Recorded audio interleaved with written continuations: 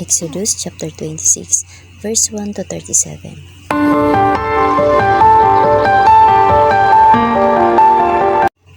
Bukod dito'y gagawin mo ang tabernakulo na may 10 tabing, na linong pinili at bughaw, at kulay ubi at pula, na may mga kerubin na gawa ng bihasang manggagawa, iyong gagawin. Ang magiging haba ng bawat tabing ay 28 siko at ang luwang ng bawat tabing ay 4 siko. Lahat ng tabing ay magkakaroon ng isang kasukatan. 5 tabing ay papagsusugpungin isa't isa at ang ibang 5 tabing ay papagsusugpungin isa't isa. At gagawa ka ng mga preselyang bughaw sa gilid ng isang tabing sa hangganan ng pagkakasugpong, at gayon din gagawin mo sa gilid ng 2 tabing na nasa 2 pagkakasugpong.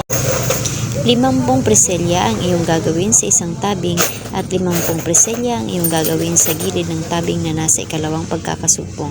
Ang mga preselya ay magkakatapat na isa't isa. At 50 pangawit na ginto ang iyong gagawin at pagsusugpungin mo ang mga tabing sa pamamagitan ng mga kawit at magiging isa lamang. At gagawa ka ng mga tabing na balahibo ng kambing na pinakatulda sa ibabaw ng tabernakulo. 11 tabing ang iyong gagawin.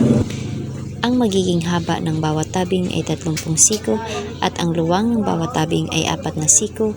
Ang 11 tabing ay magkakaroon ng isang sukat. At iyong papagsusugpungin ang 5 tabing at gayon din ang 6 na tabing. At iyong ititiklop ang 6 na tabing sa harapan ng tabernakulo. At 50 presilya ang iyong gagawin sa tagiliran ng isang tabing na nasa hangganan ng pagkakasugpong at 50 presilya sa tagiliran ng 2 pagkakasugpong.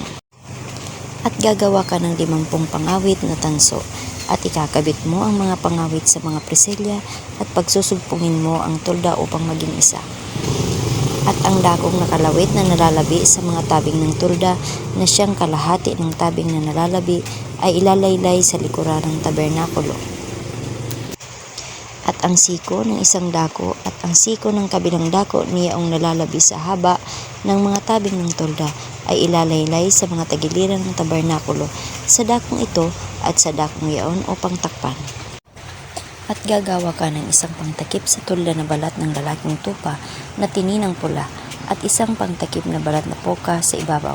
At igagawa mo ng mga tabla ang tabernakulo na kahoy na akasya ng mga patayo.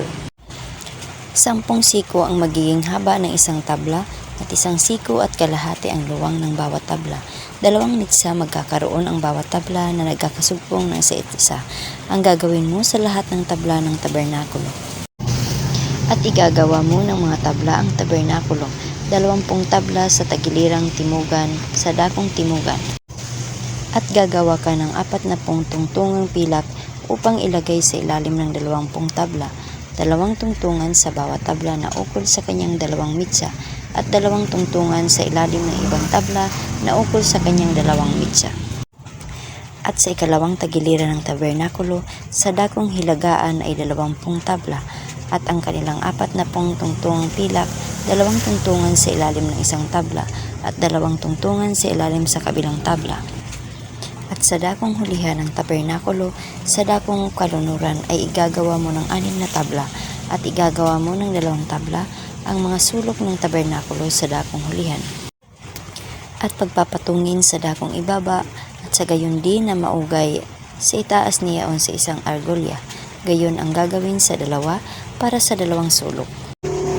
At magkakaroon ng 8 tabla at ang kanilang mga tungtungang pilak ay 16 na tungtungan, 2 tungtungan sa ilalim ng isang tabla at 2 tungtungan sa ilalim ng kabilang tabla.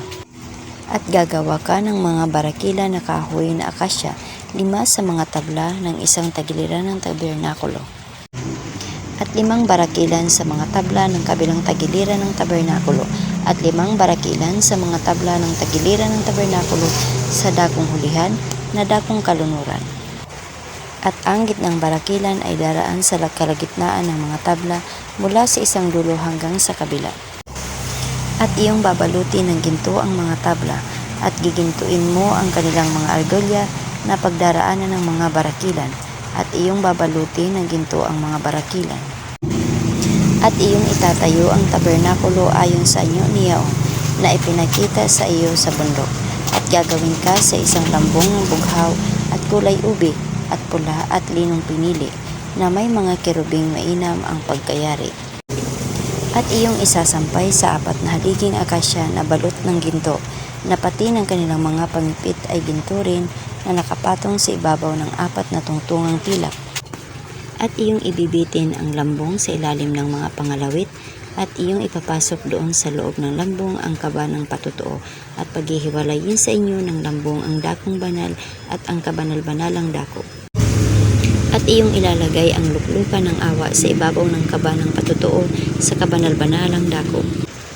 At iyong ilalagay ang dulang sa labas ng lambong, at ang kandilero ay sa tapat ng dulang sa tagiliran ng tabernakulo na dakong timugan, at ang dulang ay ilalagay mo sa dakong hilagaan.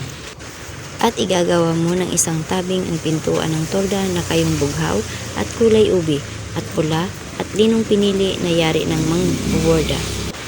At igagawa mo ang tabing ng 5 haliging akasya at babalutin mo ng ginto, na ang sima ng mga yaon ay ginto rin at ipagbububo mo ng 5 tungtungan.